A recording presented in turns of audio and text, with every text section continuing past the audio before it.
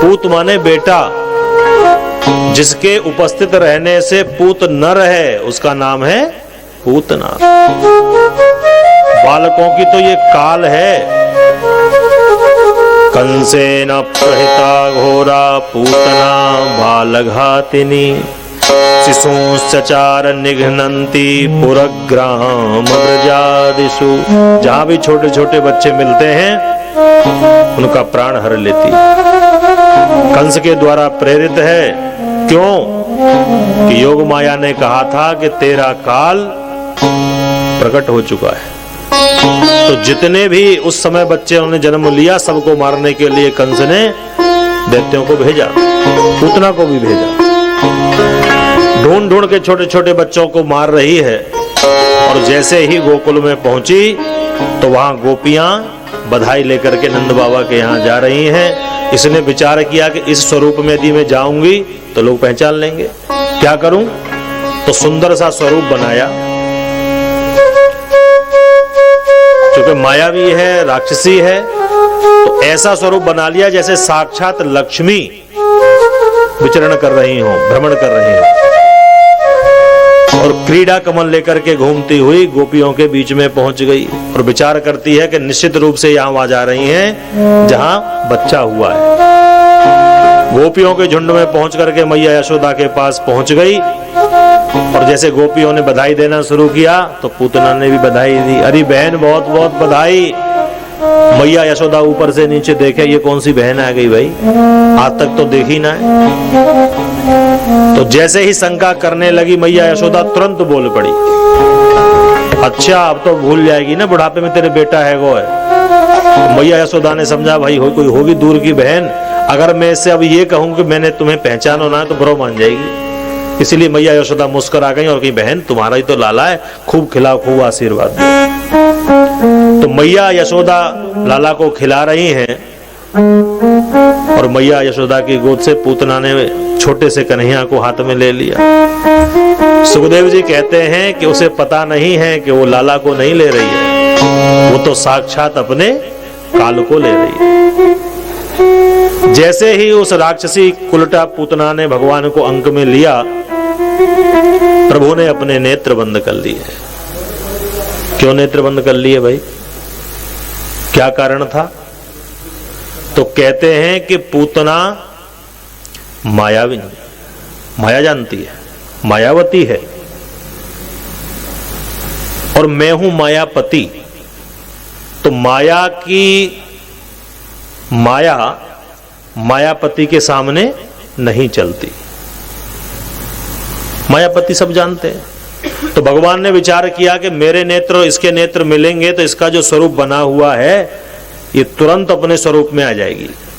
और यहां मन रहा है उत्सव, जन्मोत्सव, तो सारा का सारा किरकिरा हो जाएगा।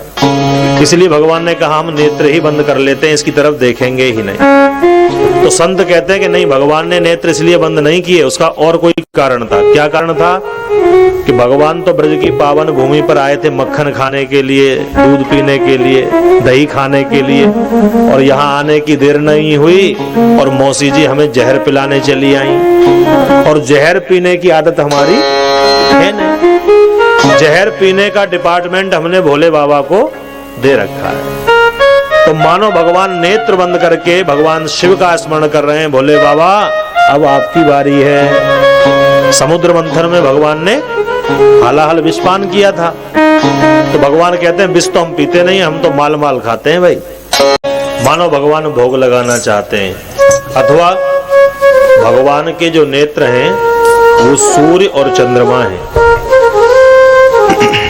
तो मानो सूर्य लोक और चंद्र लोक के दरवाजे बंद हो गए हो और दोनों चंद्रमा और सूर्य ने कहा कि प्रभु कुछ भी हो आप इसको चाहे जहां भेजो, लेकिन अपने लोक में तो हम आने नहीं देंगे। यानी सूर्य लोक और चंद्र लोक रूपी जो दरवाजे हैं वो बंद कर दिए, हम नहीं आने देंगे।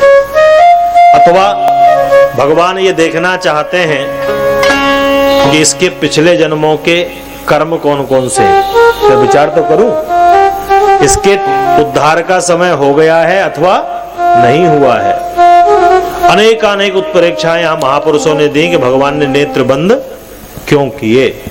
अब प्रभु ने नेत्र बंद क्यों किए ये तो प्रभु ही जाने, लेकिन सुखदेव बाबा कहते हैं भगवान ने नेत्र बंद कर लिए। चराचरात्मा सनिमीलिते क्षणः।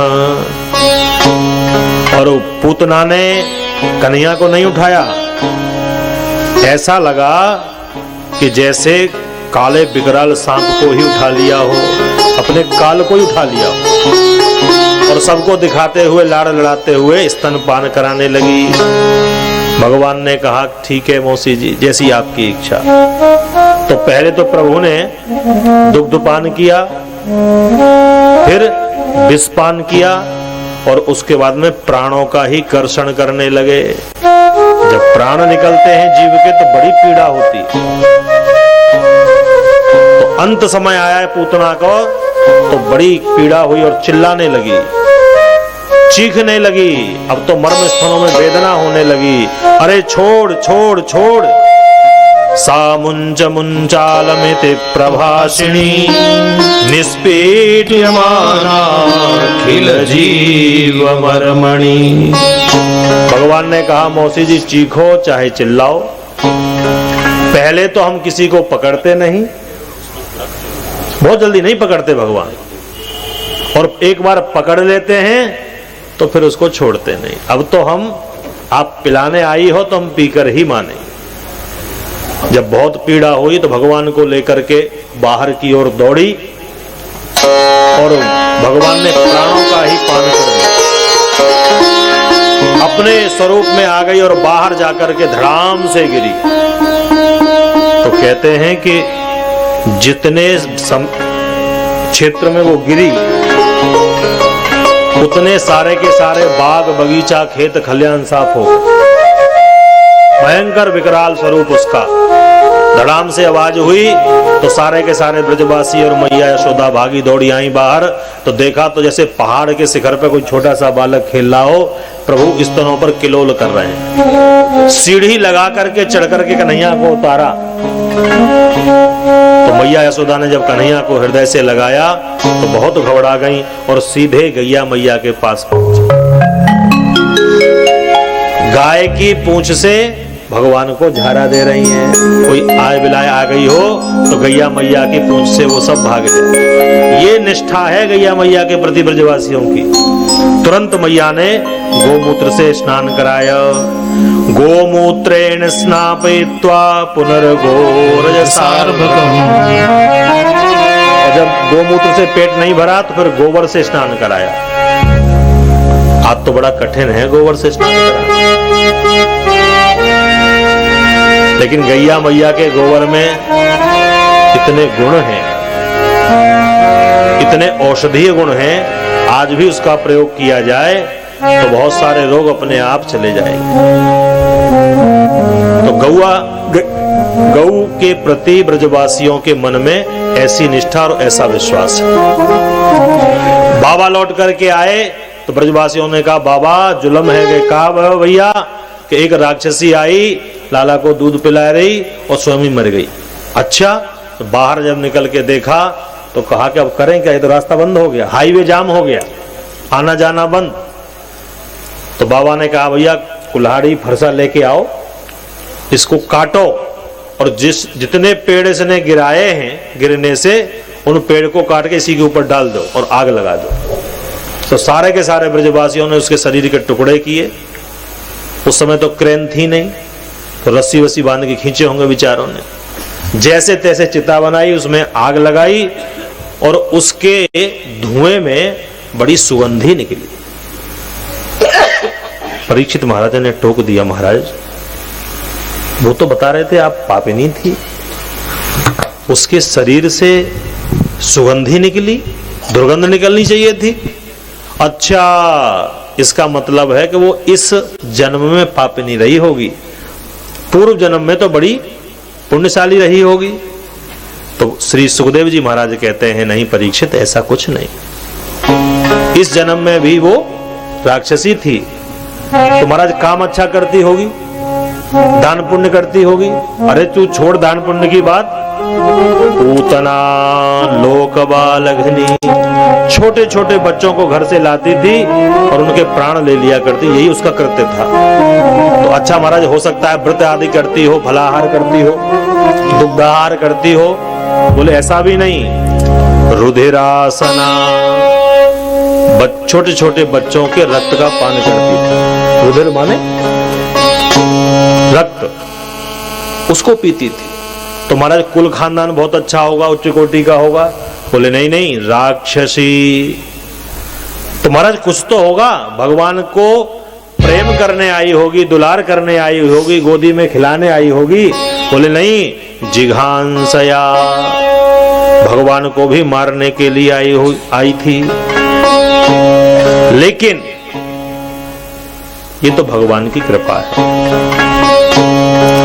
जो पूतना भगवान को मारने की इच्छा से आई और इन दयालु कृपालु प्रभु ने उसको भी माता के समान गति प्रदान करी है। इसीलिए कहा जाता है कि हमारे भगवान के अतिरिक्त कौन दयालु होगा, बताइए। कोई निष्ठा श्रद्धा से प्रभु के चरणों में आवे तो उसकी बात क्या है।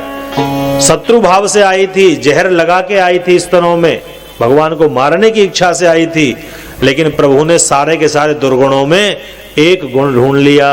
कौन सा? कि स्तनपान ऐसे करा रही है जैसे जन्म देने वाली माता कराती हो।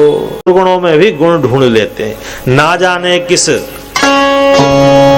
दयानिधि बीज जाते हैं, इनका कोई भरोसा नहीं। क्यों? प्रभु का तो स्वभाव ही है दया करना, और भक्त कहते हैं कि आप हमारे ऊपर एहसान नहीं करते, आपका स्वभाव है दया करना।